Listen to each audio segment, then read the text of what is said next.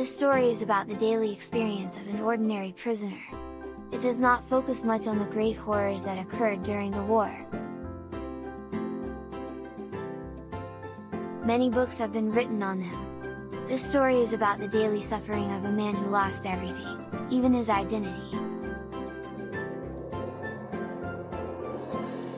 It tells about the struggle to keep an idea of oneself, in spite of all the cruelty in a concentration camp. This is about the nameless prisoners who were treated as nothing but a number. They lost all dignity and were often called pigs. We were no heroes or martyrs. We were just skin and bones who struggled not only for bread but also to remain human. Studying psychology requires detachment. However, an outsider would not understand the suffering of a prisoner in a concentration camp. I intended to publish this book anonymously, revealing only my prison number. I realized that more people would read the story if I had the courage to present myself. I did not serve as a psychiatrist in the camp. In the last weeks before the liberation, I only tended to the sick prisoners. I spent 3 years in prison. Most of the time, I worked on railway lines. I was laying and digging tracks. One day, I dug a tunnel on my own. I was rewarded with premium coupons at Christmas of 1944. I had 12 coupons. They could be exchanged for 12 cigarettes or 12 soups. We were sold as slaves to construction firms. The firms paid the concentration camp a small price per head. For 3 years, I became nothing more than number 119,104. Phase 1 – Admission to camp. I observed 3 phases of psychological reactions for prisoners in the camp. The first phase was his admission, the second was routine and the third was liberation. When a prisoner arrived at camp, he was overwhelmed with shock. We traveled for days on a train. Our carriage was full. Only the top part provided some space for air. There were 80 men huddled in each coach. We all thought that we were being brought as forced labor to Poland. We were filled with fear when we realized that our train had stopped at Auschwitz. Auschwitz meant crematoriums and gas chambers. Soon enough, we saw the watchtowers, barbed wire fences, and long rows of prisoners. Our carriage doors were opened. Prisoners wearing striped uniforms entered. They had shaved heads, but they looked well-fed. They directed us to a shed. These special prisoners, called kapos, acted as guards. They were never hungry, unlike the normal prisoners. Some of them fared better inside camp than they had their entire life. Most kapos were more violent than the actual SS men. We were made to fit in a shed for 200 men. There are 1,500 total passengers on our train. Most of us were still hoping that we would be safe. We were instructed to leave all our belongings on the train. We were made to form 2 lines, 1 line for men and 1 line for women. There was an officer who inspected each of us. He would point us to the left or to the right. Most of us were pointed to the left. Our destiny was sealed by that single gesture. Someone whispered to me that those pointed to the right would be assigned for work. Those pointing to the left were the ones who looked sick and incapable. When it was my turn, I tried my best to look smart and strong.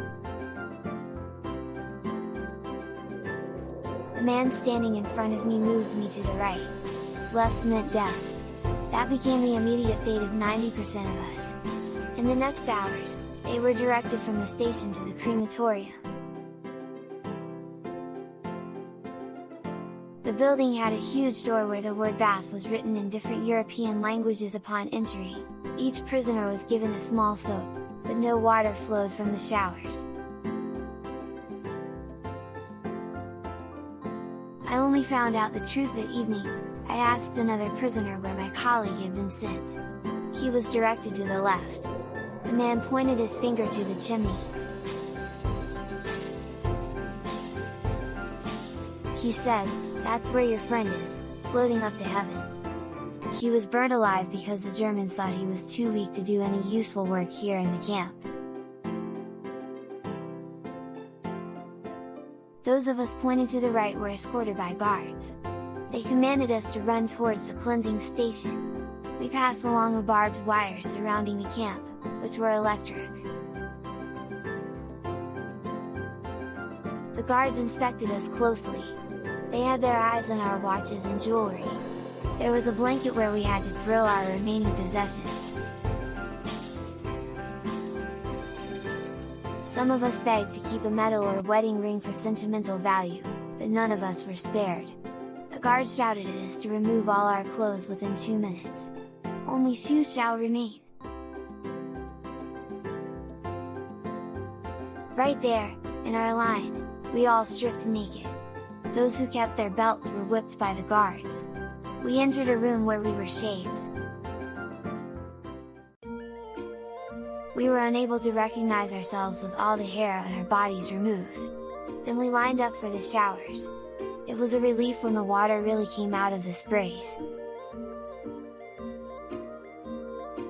I only had my glasses and not a single hair on my body. We were made to face our own nakedness. We had no clothes, no possessions, and not even hair to cover us up. All of us stood wet in the open air. All of us were wondering what would happen next. Phase 2, Routine and Apathy. That night, I shared an 8-foot board with 8 other men. We slept side by side with only 2 blankets to cover all of us. It is not true when a man says, "I cannot sleep without this or that." We slept crowded and escaped pain for the next few hours. We went without brushing our teeth. We did not change our clothes for several months. We had nothing to wear but rags. We did not take a bath. Our hands were wounded from work and they went untreated. Dostoevsky was right when saying that man can get used to anything. Almost everyone thought of committing suicide, of running into the electric wires. We were always in danger of being brought to the gas chambers, where people were burned alive. It was often that we got beatings by the guards. We were feeling hopeless. We could be taken by death any time. There was another doctor, my colleague, who escaped his hut to visit mine. He arrived in Auschwitz weeks earlier than us. He told us, "If you want to stay alive, there is only one way: look fit for work." There were prisoners who looked sick, down, and miserable. Eventually, they would be sent to the gas chambers. These prisoners were called Muslims. Our life in the concentration camp was defined by apathy. When we arrived at camp, we felt an intense longing for home and loved ones. We were disgusted by the things we saw. As we moved on from admission to routine, we all started to feel nothing. Our first reaction to Auschwitz was normal. An abnormal reaction to an abnormal situation is normal behavior. As days went by, we were engulfed by apathy. The uniforms we wore were worse than the clothes of a scarecrow. We stayed in the huts as a group. Anyone caught going to other huts was punished. It is where we ate, slept, and excreted our waste. In between our huts was pure filth. The new prisoners were assigned to the worst task, to clear the latrines and sewage. It could not be avoided, they would be splashed in the face with excrement. Any attempt to wipe it off meant a blow from the capos. There were often punishment parades for prisoners. They would march for hours around camp while being beaten by the guards. A 12-year-old boy was forced to stand in the snow for hours. With no shoes to fit, his toes suffered from frostbite and gangrene. Every day we encountered suffering and death. We could not feel pity, horror, or disgust. Instead, we were filled with apathy. Nothing could move us anymore. I once stayed in a hut with prisoners who suffered from typhus. Their symptoms were extremely high fever and delirium. I watched many of them die around me. After each death, the other prisoners would swarm the body. One would take the corpse's coat, another would take his shoes, and someone else would eat his leftovers. Only 2 hours had passed since I talked to that dead man. I watched the commotion while supping my soup. We got beatings from the guards as they pleased. I was working on the railway tracks when there was a snowstorm. I leaned on my shovel for a minute to rest. A guard saw me and thought that I was slacking off. He picked up a stone and threw it at me. I felt like I was a farm animal. I once got 2 blows on the head because the man behind me was not following the line. On these occasions, it was not the beating that was painful. What hurt the most was the insult, the injustice, and the lack of reason. All of us prisoners suffered from edema due to overwork. It was a condition where the legs and feet were swollen. We could not bend our legs because of stretched skin. We could not tie our shoes because of our huge feet. Yet, we marched and worked under heavy snowfall. It was often that one prisoner would slip on the ice and the others would stumble over them. The guard would not waste time and hit us with the butt of his rifle. The guards would tell us that normal laborers accomplished a lot more work than we did in a shorter time. But normal laborers didn't get by on a small piece of bread and thin soup every day. They didn't long for loved ones who may already be dead. They did not get beatings every now and then. Our apathy was a form of self-defense. The only feeling left to us was the urge to survive. By the end of the day, it was often that a prisoner would sigh, "Well, another day is over." Our thoughts and emotions were reduced to a primitive level. When a prisoner slept, he dreamt about warm baths, cigarettes, cakes, and bread. At work, when the guards were not watching, a fellow would start talking about his favorite meal. It was often that prisoners would exchange recipes and plan a reunion. They would happily talk about the day when they would come home and eat good food with their loved ones. The dreams we had were very far from our daily ration of bread and watery soup. Occasionally, there would be a small bit of margarine or cheese. Sometimes, there could be a slice of low-quality sausage or one spoonful of watery jam. This diet was very lacking, especially when we had a heavy workload in the cold and wore only rags. When the fat had vanished, the body would start to consume itself. Muscles disappear as the body would feed on its own protein. We watched ourselves become skin and bones. We could predict with accuracy who in our hut would die next. At night, I often had the same thoughts. This body here, my body, is really a corpse already. What has become of me?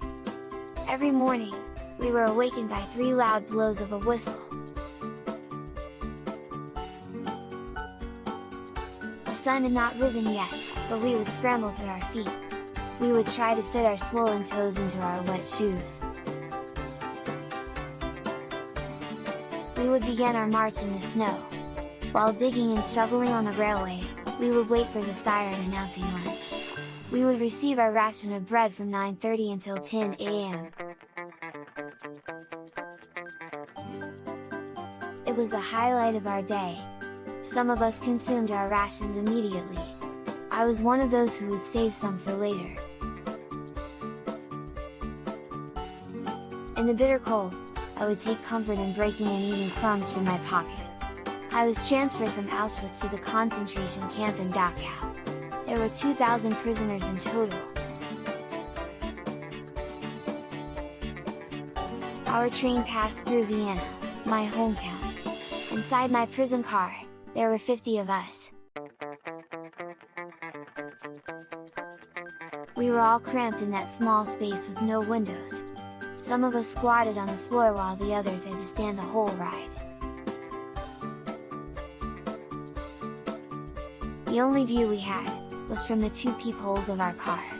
The track led us to my birthplace and to the house I lived in. I begged the others to give me some space to peek through the holes. I told them how important it was to me. But because of apathy, they just waved me off. The other prisoners said, "You lived here all those years? Well, then you have seen quite enough already." Man's search for meaning. From the winter to the spring of 1945, there became a typhus outbreak in the Auschwitz camp. Almost all the prisoners were infected. Many of us died. There were quarters intended for the sick, but there were no attendants or any medicine for them. I was also infected by typhus. To fight extreme delirium, I refused to sleep. I would compose my lectures in my mind. I surrendered my manuscript when we entered the camp. I busied myself rewriting it on small pieces of paper. The prisoner may lack in mental and physical aspects, but his spiritual belief is strong. Faith was what helped us survive our meager conditions. After a long day of work, some of us huddled in our huts to pray together. There was a paradox in camp survival. The ones who survived were not those who were strong physically, but those who were strong spiritually. Sensitive people, intellectuals, and thinkers were able to retreat within themselves. They were able to find comfort in their inner lives. They may be suffering on the outside, but on the inside, they experience spiritual freedom. When you are stripped of all your belongings, your profession, your family, and even your own identity, where do you find life's meaning? Your body slowly withers and there is always the danger of death. Everywhere you are surrounded by hopelessness. What is a camp prisoner's reason for living? Is there still a sense or meaning to his existence? Or is it better to just give up? I did not serve as a psychiatrist in the camp, but I was able to analyze the psychological reactions of the prisoners. In our daily routine of hunger, cruelty, and death, I derived my study of logotherapy. I found that the memories of love and the appreciation of nature gave hope to the struggling prisoners. I continue to write the manuscript of this book in our hut. Sometimes, I would give counsel to my fellow inmates when I could. There was still a future for us waiting after our liberation.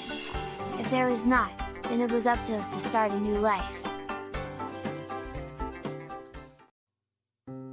What is important is that we are still breathing. As long as there is life, there is hope. One early morning, we were heading off to our worksite. The guards were shouting detachment, forward march.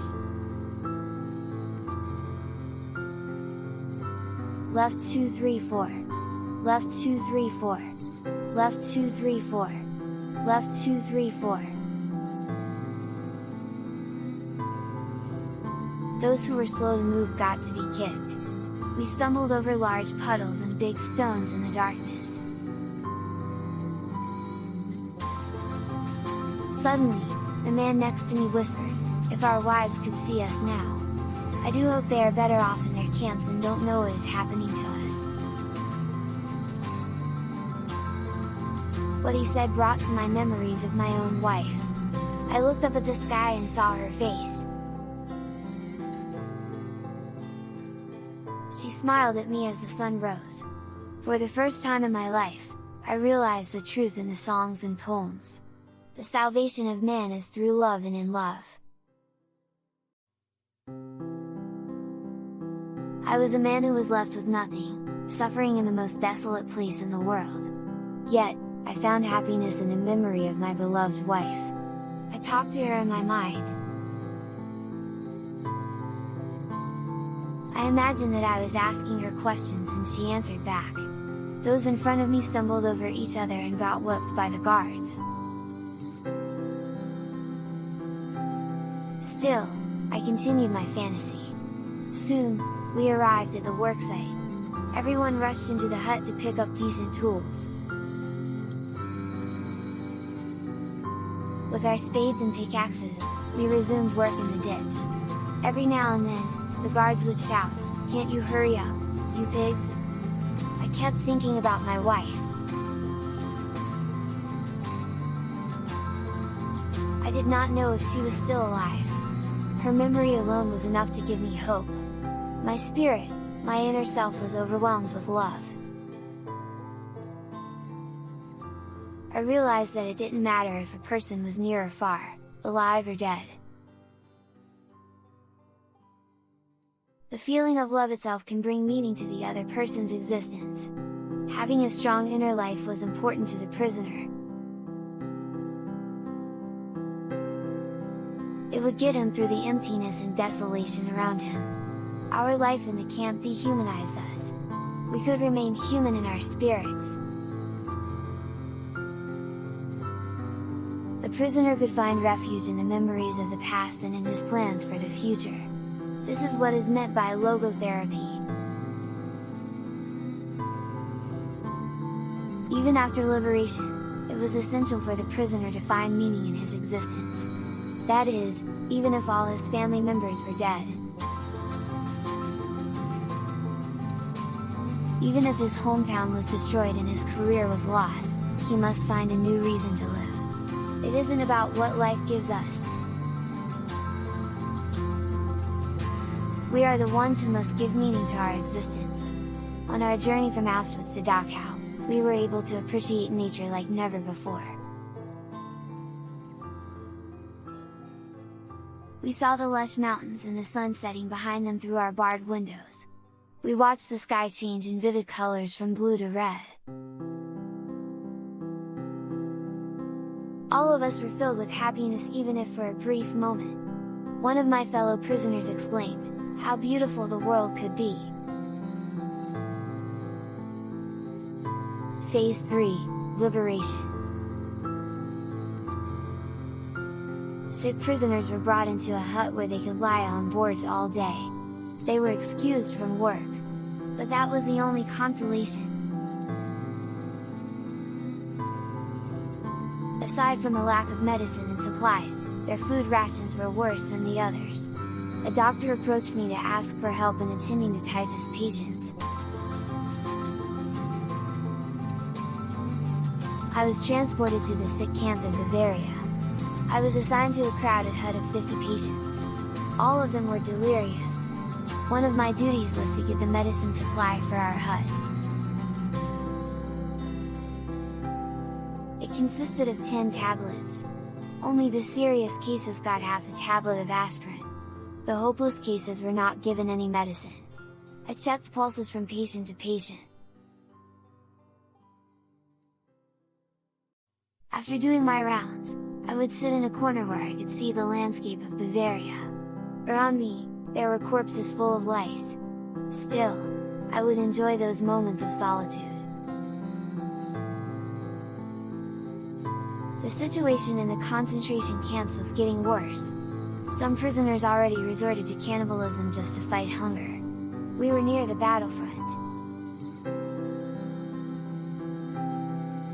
Around that time, I attempted to escape with my colleague. He had contact outside the camp who would provide us with fake documents and uniforms. We went back to the hut to smuggle a few supplies. I collected a rucksack, a toothbrush, a food bowl, and torn mittens. In our first attempt, I was overwhelmed with guilt. I could not leave my suffering patients. I wanted to make my rounds for the last time. One of them asked me, "You, too, are getting out?" I saw the sadness in his eyes. I told my colleague waiting outside that I couldn't escape. My last day in the camp eventually arrived. The battlefront was almost on us. The guards and the capos had fled. The prisoners were being mass transported. Everyone had to leave by sunset because the whole camp would be burned. Only the sick prisoners were left in the camp. They were still in the huts burdened with delirium and fever. My friend and I set out again to escape. We were commanded to bury 3 corpses outside the camp. The 2 of us took turns getting our rucksacks. We were about to run off, but the gate of the camp opened. A car with a huge red cross drove into the grounds. It was a delegate for the International Red Cross. He said we were all under protection. Medicines and cigarettes were distributed to everyone. The evacuation continued. My friend and I were left behind. We stayed in the hut with the typhus patients. In the dead of night, the doctor stormed in and shouted for us to take cover. We were awoken by gunshots, cannons, and rifles. The battle was upon us. The struggle was over by dawn. In the morning, a white flag flew in the air outside the camp. That day marked the end of my journey as number 119,104.